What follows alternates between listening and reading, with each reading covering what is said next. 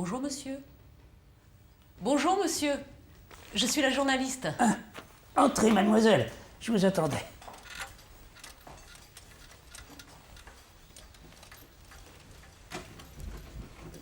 C'est gentil à vous de me recevoir. Surtout qu'en ce moment, vous devez être fatigué avec toutes ces visites. Oh non, pensez-vous, ça va. Prenez une chaise. Merci.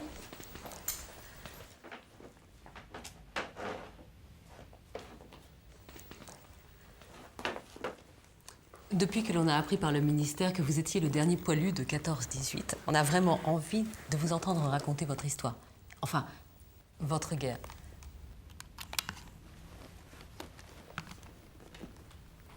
Vous savez, mademoiselle, ce que je vais vous dire, je ne le dirai pas pour les beaux yeux de la vérité, mais pour me nettoyer l'âme et pour emmerder le monde. D'abord, poilu, c'est déjà un mensonge. Nous étions trop gamins pour avoir du poil sous le nez. Il voulait dissimuler notre jeunesse et nous faire croire que nous étions des hommes. Nous étions 4 amis du même âge, tous amoureux de la fille du mercier, la Ninon, la plus belle fille du pays. Il y avait petit Paul, le fils du chef de gare, Marcel, le cadet du cordonnier, Raoul, l'aîné du facteur, et moi. Moi, l'auteur de mes jours, était horloger. Je ne me destinais à rien de particulier, comme beaucoup de jeunes dans les années 1910. 1,5 million d'entre eux ont été comblés au-delà de leurs espérances. Bonjour.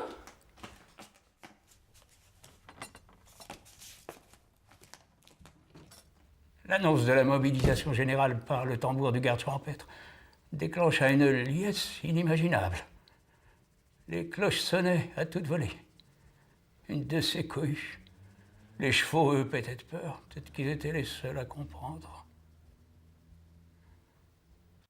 La guerre nourrit le jet blanchi pour faire le héros. Cigarettes épinards gratis.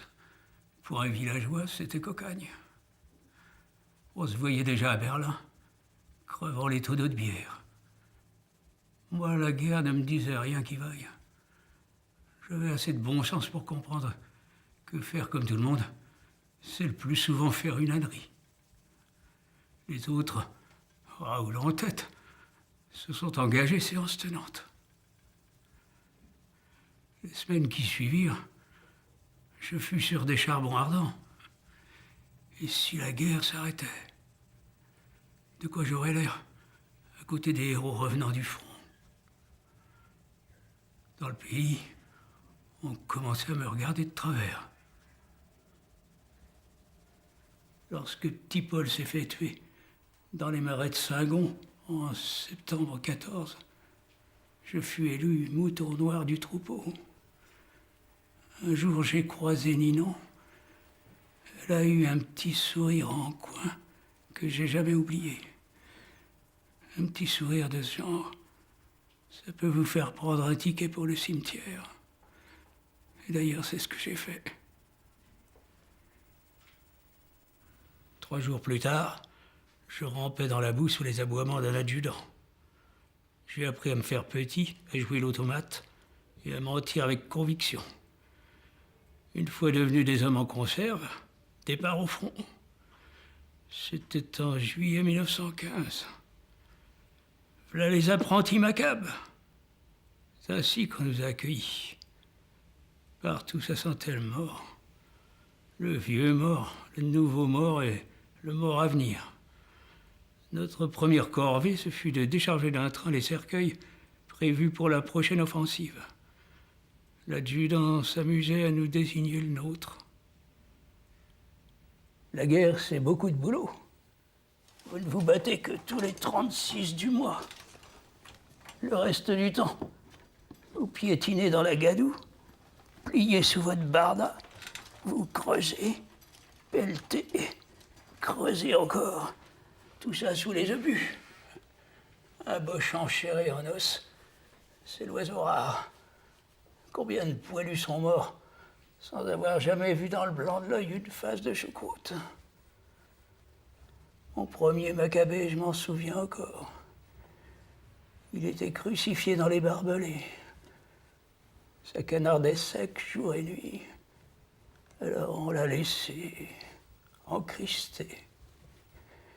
Vous savez, on supporte beaucoup mieux 10 000 morts loin de son horizon qu'un seul mort sous ses yeux. Au début, Un instant, s'il vous plaît.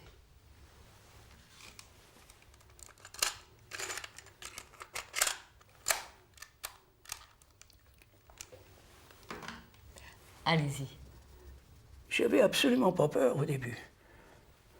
Comme je voulais ma médaille, je me portais volontaire pour des folies. Mais pour les médailles, il valait mieux être près des chefs que près des boches. Finalement, on se battait davantage pour un rap de café que pour la patrie. Rabioter un jour à la mort, c'était déjà beau.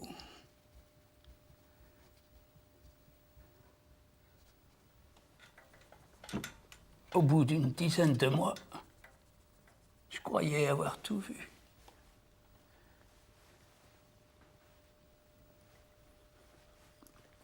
Mais celui qui n'a pas connu Verdun en 1916 ne sait pas ce que c'est que la folie humaine. Verdun, c'était le chaos marié à la désolation.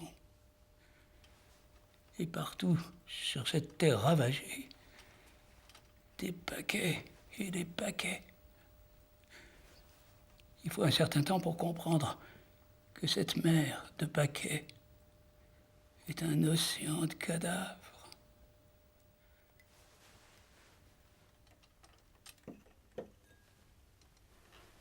Chaque quart de pinard était le dernier. Chaque regard un regard d'adieu. Plus on s'enfonçait dans l'épouvante, plus les hauts gradés prenaient leur distance. 50 mètres de gagné pesaient plus dans leur balance que 5000 morts. Un général, ayant perdu les 3/4 de ses effectifs, était considéré comme un homme de courage. Les dames le regardaient avec admiration. Il se faisait friser la moustache et commençait à rêver de politique.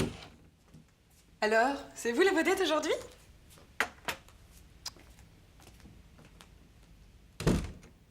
À Verdun, les maîtres, c'était les canons. Ils parlaient, les hommes écoutaient. Grâce au progrès technique, nous avions accédé au statut de matériel de chair. Que vaut la vie d'un homme pour un canon? Des clous. Le massacre allait bon train. La viande froide avait un grand succès.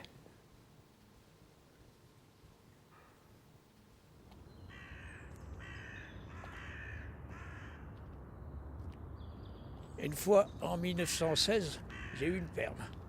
Je l'ai passée à Paris. Les terrasses des cafés grouillaient de héros qui n'avaient jamais entendu péter un obus. La parlade était reine, comme si la mort excitait les mots. Moi, je ne voulais pas mourir puceau. Je me suis offert 3 grues, sauf votre respect. Une hollandaise, une tonkinoise et une sénégalaise, histoire de faire le tour de la question. Une haleine de fleurs, la tonkinoise.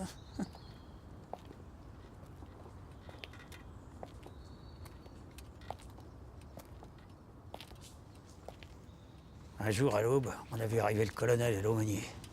Un coup de gnôle et en avant. On sort des tranchées. Certains avaient des pelles, ça tue mieux que la baïonnette. Ça pétait de partout. Je voyais des paquets de bonshommes sauter en l'air. Des gerbes debout me giflaient à la gueule. Je serrais les dents, accroché à mon label. Soudain, dans la nuit, j'ai vu un éclair. Je me suis retrouvé dans un trou de vue, avec un grand silence autour. Le trou était habité par de la charogne molle et gluante qui me caressait les tibias. Le soleil s'est levé, et puis il a refait nuit. J'avais soif, je délirais. M'aurais pas fumier! Je gueulais au brancardier. J'ai fait un petit séjour dans un hôpital de campagne. J'étais commotionné et déshydraté, mais j'avais pas une égratignure. Alors, retour au fond.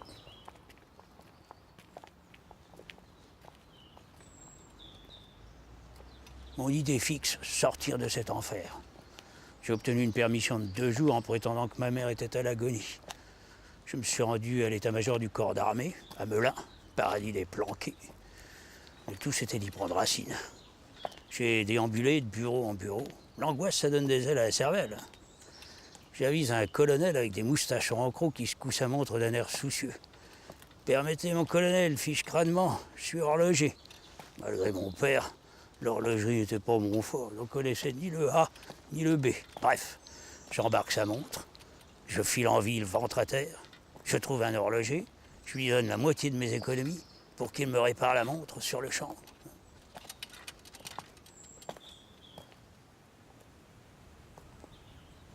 Une heure après, je la rapporte à mon client. Il était aux anges, cette limace. Alors j'ai enfoncé le clou. Sur le front, là-bas, au loin, on n'est pas à 1 minute près. Mais ici, au cœur de la bataille, chaque seconde est précieuse. C'est pourtant vrai, mon gaillard, qui me répond. Au centre, on a tout mais pas d'horloger. Et me voilà nommé horloger à l'état-major. Mon angoisse et ma trouille ont disparu instantanément. Je me suis installé dans un cagibi et j'ai commencé à jouer à l'horloger.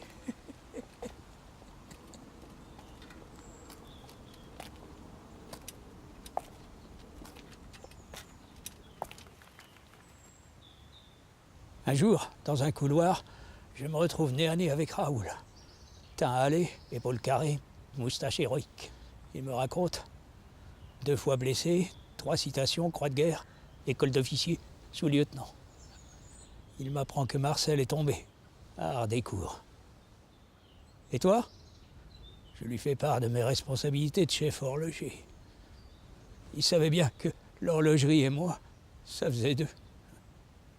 Je lui dis, toi, je parie que tu actives les distributions de médailles quand il y a des régiments qui flanchent. C'est ça? Il me regardait dans le blanc de l'œil. Pas exactement.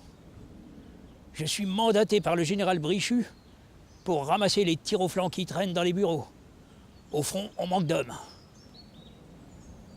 Le lendemain, Raoul débarque dans mon KGB. Il me tend sa montre. Elle s'est arrêtée sans sommation. Veux-tu y jeter un œil? J'ouvre le boîtier et je lui fais mon cinéma. Le compensateur est rouillé. Ça bloque le balancier, elle est morte.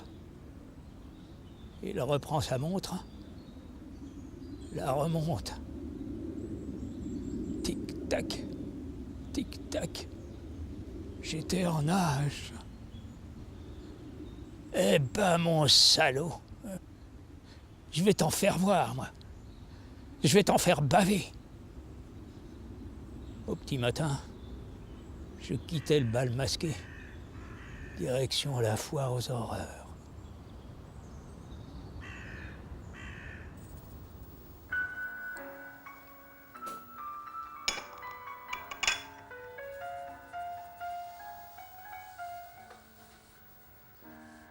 Nous formions les troupes de choc du général Brichu, dit le boucher. Toujours en première ligne. Tout était si atroce que ça en devenait drôle. Quand il fallait partir à l'attaque, je pleurais pas. Je tremblais pas. Je souriais. Le pire, c'est que nous ne luttions pas contre d'autres hommes, mais contre du métal. Où est l'héroïsme là-dedans? Nulle part. Alors où est la lâcheté? Il y a tant d'années que j'essaie d'oublier ces jours sans nom. Les yeux hagards des copains sous le verre des masques à gaz. Les défigurés cherchant leur visage avec leurs doigts crasseux. Les cris des blessés dans la nuit. Les cris. Ils vous percent les tympans. Ils se gravent à jamais dans votre tête. Ils vous hantent. Ce sont les meilleurs amis de vos cauchemars.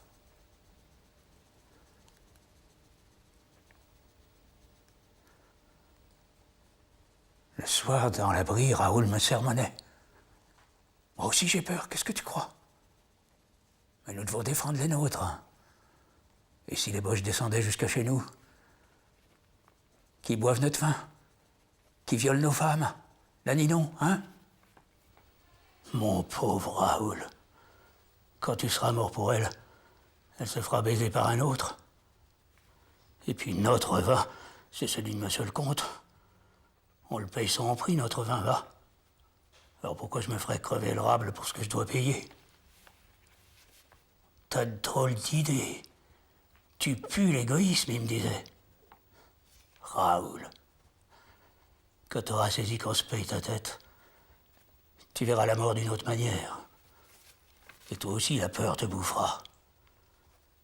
Puis Collat a raison est du côté de la mort. Je crois qu'il vaut mieux se tromper. Les Russes ayant signé la paix, les Allemands donnaient un dernier coup de collier. En attendant l'arrivée des Américains, nous étions submergés par les nouvelles divisions ennemies, venues de l'Est. Vous êtes pressés? J'arrive à la fin de ma pitoyable histoire. Mars 18, du côté d'Arras. Je me suis retrouvé avec Raoul dans un hameau dont il ne restait plus que des gravats et quelques poutres calcinées. L'acier pleuvait. On était pilonnés de partout. Je n'en pouvais plus. Dormir. Voilà ce qu'il fallait faire. Dormir. Tire, face de Ténia! Ennis et Raoul! Tire! Ils sont là, je les vois. Ils se démenaient pour défendre un pan de mur sur lequel était peinte une réclame pour le bouillon cube qui nous avait déjà coûté la vie de 200 hommes. Alors je me suis levé, je lui ai dit « Raoul, je crois qu'on est les derniers. » Et alors, tire, je te dis! Il donne des signes de faiblesse. Raoul. Quoi? Tu voulais du courage? Eh ben, en voilà! Ma baïonnette-ci était enfoncée dans son ventre jusqu'à la garde. Il me l'avait offerte pour mes 22 ans. Il roulait de ses yeux. On aurait dit un veau découvrant le grand guignol. Comme on nous l'avait appris à l'instruction. Je lui ai mis le pied sur la poitrine. J'ai retiré ma baïonnette. Il avait des boches partout. J'ai jeté mon fusil, je voulais me rendre. J'ai levé mes bras, mais ils avaient tous déjà levé les leurs avant moi. Seul survivant de ma compagnie avec 15 prisonniers. J'ai eu droit à tous les honneurs.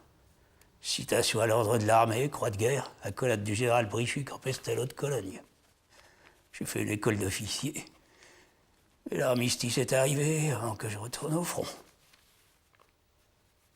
Démobilisé, je suis rentré au printemps 19.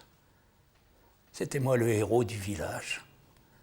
Presque rien n'avait changé, à part le cimetière qui s'était agrandi.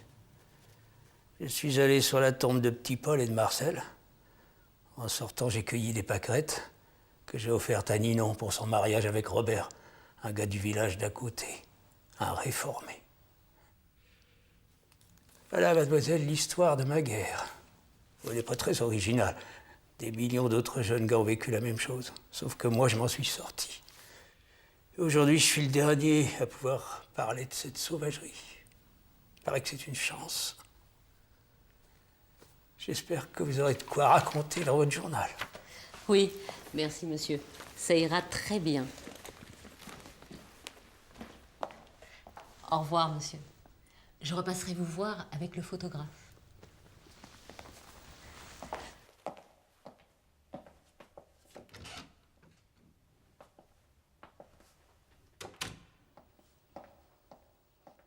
Profitez de la vie, mademoiselle. Vous savez, être vivant, c'est une chose rare.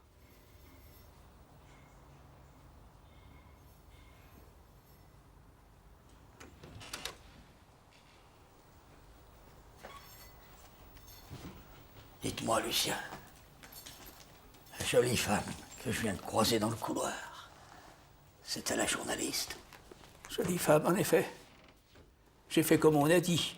Je lui ai raconté toute votre histoire. Je crois que j'ai rien oublié. Ils sont drôles, les jeunes. Ils savent pas faire la différence entre les vieux. Elle s'est même pas aperçue que j'avais 11 ans de moins que vous. Vous croyez? Ouais. Et vous alors? Comment ça s'est passé cette cérémonie à l'Élysée?